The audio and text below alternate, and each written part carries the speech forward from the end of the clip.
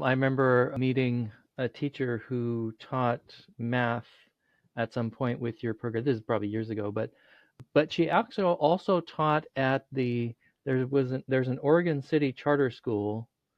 Who's Oh, Alliance. Alliance, yeah, Alliance. So she taught Yeah. at both, and it was really interesting because I specifically asked her about the difference in how things operate because your models are very similar, a la carte, give a lot of choices, but because they chose a charter path for funding, is they have a different set of requirements coming from their charter, from the Yeah. organizations that charter them, Yeah. and it was interesting because it was she they are required by the state to ensure that every kid takes math every year. And Yeah. so I asked her, Whether they want to or not. whether they want to or not. And that's the crucial thing is it was a curiosity to me. This is just an anecdote, but it is a curiosity to me to see like, does that make the difference? And in her experience, it does. Yeah. It is a different, because I did actually interview a former math teacher of you, well, a more established math teacher different math teacher, I should just say, Uh-huh. when I did my study, and she was saying that for her in the classroom she didn't do anything different, but the kids who showed up were different because it was all the kids, every single child chose to be there, and Mhm. the ages were diverse, but she could do the every teacher wants to be able to personalize their stuff. And when you have a small class of people who want to be there, you can say, okay, you do that, and then go and help the other people with who need more intense interaction, and then come back to them, get a little more feedback. She Yeah. could manage the classroom in very traditional ways, very teacher directed. Like, this is the math you're going to learn, and because you signed up for Yeah. this. Yeah. But Yeah. she could also take the kids, or not take it, and empower the kids to move fast if that's what they could do. She was telling me about one brilliant 14-year-old who was, already into higher maths, but his struggles were with showing his work. He was so brilliant that he could get the right answer or get an answer rapidly, but she's helping him develop the sensibilities of a mathematician, which means you need to communicate to other mathematicians. Yeah. And doing it in your head, kind of hard to see. Yeah, exactly. Exactly. I think I know the teacher you're talking about, and she had been teaching in the public school system for like 30 Yeah, years when she started teaching in a village, a long, long time. I mean, she had seen it all. yeah, And I think what she was saying is that she like knows the box of curriculum called algebra 1 right, or whatever, and she followed that, but because there wasn't any emphasis on grading, testing, i.e. performance, right. and because it was a choice-based system, the actual experience in the classroom was completely different. Exactly, exactly. Yeah. And Yeah. and that's one of those things that I think is really important for people to understand, or to try to understand, is that there's an incommensurability. There's like, it's not comparable to a regular classroom because those, what may seem subtle shifts, oh, we're not going to grade or we're not going to test, makes a huge difference. It Yeah. makes a real, and that's why I think it's important to look at that and say, you know, I just last night, Education Week published a thing about students being lazy. Ah, And this principal of an international school arguing that the myth of the lazy student is a myth, not like, it's not true. But he, got all this feedback. I saw it on Facebook, and and the blowback from teachers was harsh and fast because they feel right. criticized by that. Like, Yeah. and so I'm composing a response that I'll probably record later today. But it really gets down to saying, look, the context, neither the teacher nor the student are lazy in the sense that people mean the term lazy as a Right. characteristic of the person. There's no such thing as a lazy human, but Right. there are situations that make people appear lazy. And so I'm Mhm. arguing that you need to look at your school situation, because laziness is a myth, but there is something, like they're pointing to a real thing. Yeah. It's Yeah. just that it's not Exactly. caused the way they think it is. Yep. And Exactly. so that's where the situation really makes a huge difference, and it can be seemingly subtle things like just the policy of not grading, or Yeah. being completely choice based. Not choice, I mean, it is choice based in the sense that your parents choose it, but the kids choosing what class to Yeah. learn. Oh, and that was another aspect of my study that was interesting. It doesn't get much attention. Is I asked students and parents how much control the parents exert over the courses. It varies in our community. Exactly. Yeah. But there was a couple of possibilities that simply did not exist, and that is entirely made by, decisions made by the parents, or entirely made by the students.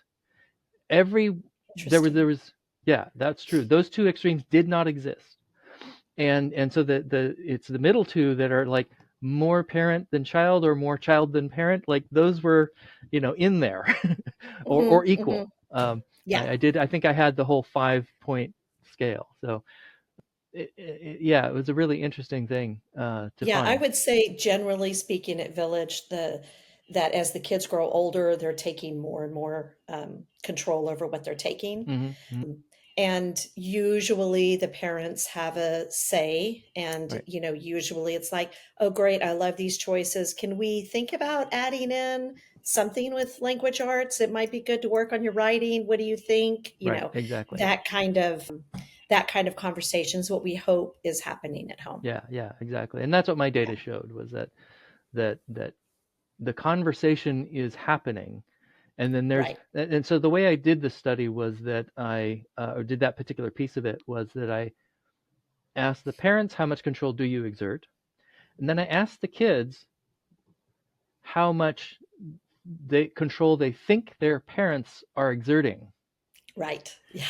And and I found that there was an interesting lopsidedness in the data, and that is that the children perceived less control than the parents thought they were exerting, which means that those parents are all defaulting to some degree of autonomy support, because the kids are perceiving it as less controlling Right. than the parents even think it is.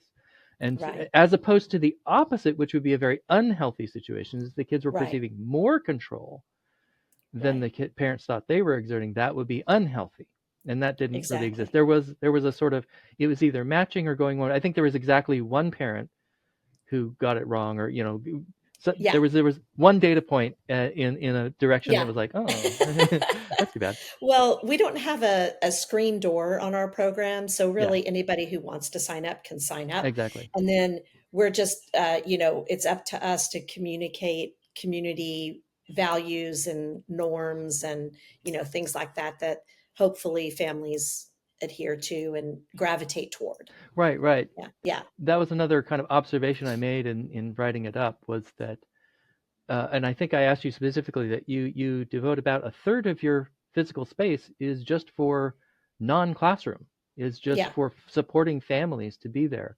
And so Yeah. that reflects a serious commitment to the community aspect.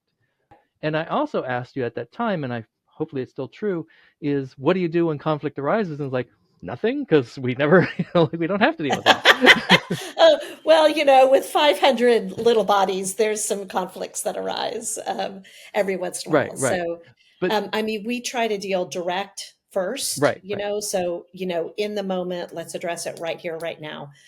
And if it's something bigger, or if there's like a pattern for a learner, then we go through a process with them where we work with them Hmm. to understand, okay, these are the behaviors that are challenging, or these are the things that we need to look for a way to change. And then the learner comes up with a plan Right, right. for, oh, here's some things I can agree to do, and here's some things that I can work on. And so it's an agreement that we make with them, and we don't engage in that process unless we're confident that they can succeed in it. Hmm. Hmm. If there is some situation where we don't feel that way, then we won't even engage in that process Right, with them. right. So yeah. But I Yeah. think to clarify what I was reporting on then was that you don't have a formal process. You don't Right. like it's not like a like the other site for the study was the Village Free School, which is more custodial in the sense that the kids come there all day every day for a school Yeah. day, 5 days a week. So 4 5 days a week, yeah. And so they have a formal process. Now they've informalized over the years, and so but they have a built up a between their staff and the kids who've been there a long time. They have a lot of skill in actually handling conflict, and so they Yeah. don't need more formal processes. But in your context, the informality is simply what you would expect in any kind of public arena in which people of like mind get together. Is yes, your organization conveys values and values resolving conflicts when that's needed, but you don't have to have formal process. You don't have rules, set up to direct behavior. Is you actually use your culture as the mechanism of handling things, and then you have professional staff Right. who have those capacities and capabilities, and that's part of what you expect of a teacher. Is like, yeah, the kids are having a conflict, deal with it. Yeah. Yeah. And in the Rivers program, we've adopted some tools that are more, structured. So Sure. when something happens in the class, there's a little thing that the teacher will walk through with the kids that are involved where it helps them identify what's going on for me, Mm-hmm. Mm-hmm. and what was my part in this thing. Right. And then, we bring the kids together to figure it out. And or if it's a whole class thing, then they'll address it during, circle Yeah. at the beginning or end of the day, Mm-hmm. whenever. Mm-hmm. So those kinds of things, but that's a little bit different because that's a cohort of kids that are together all day for 2 days a week. Exactly. Is Yeah. that you're Yeah. now that you have that program, it's in place. It's something that yeah, the need arises. There you go. Yep. Yep. Exactly. Exactly. Yeah. But where it's a happy place to be, and because people walk in with their autonomy intact, Mm-hmm. Mm-hmm. there's less stuff that comes up, Right. Right. honestly. Really, there's less stuff that comes up. Exactly. Exactly. Yeah. This is the Agentic Schools Podcast, where you will learn about schools from around the world where children's agency to make decisions about their learning and living is more important than their academic skills. What makes education possible is the satisfaction of psychological needs. So that is what these schools have in common with all others. What makes a school agentic is satisfying those needs particularly well. I'm your host, Don Berg.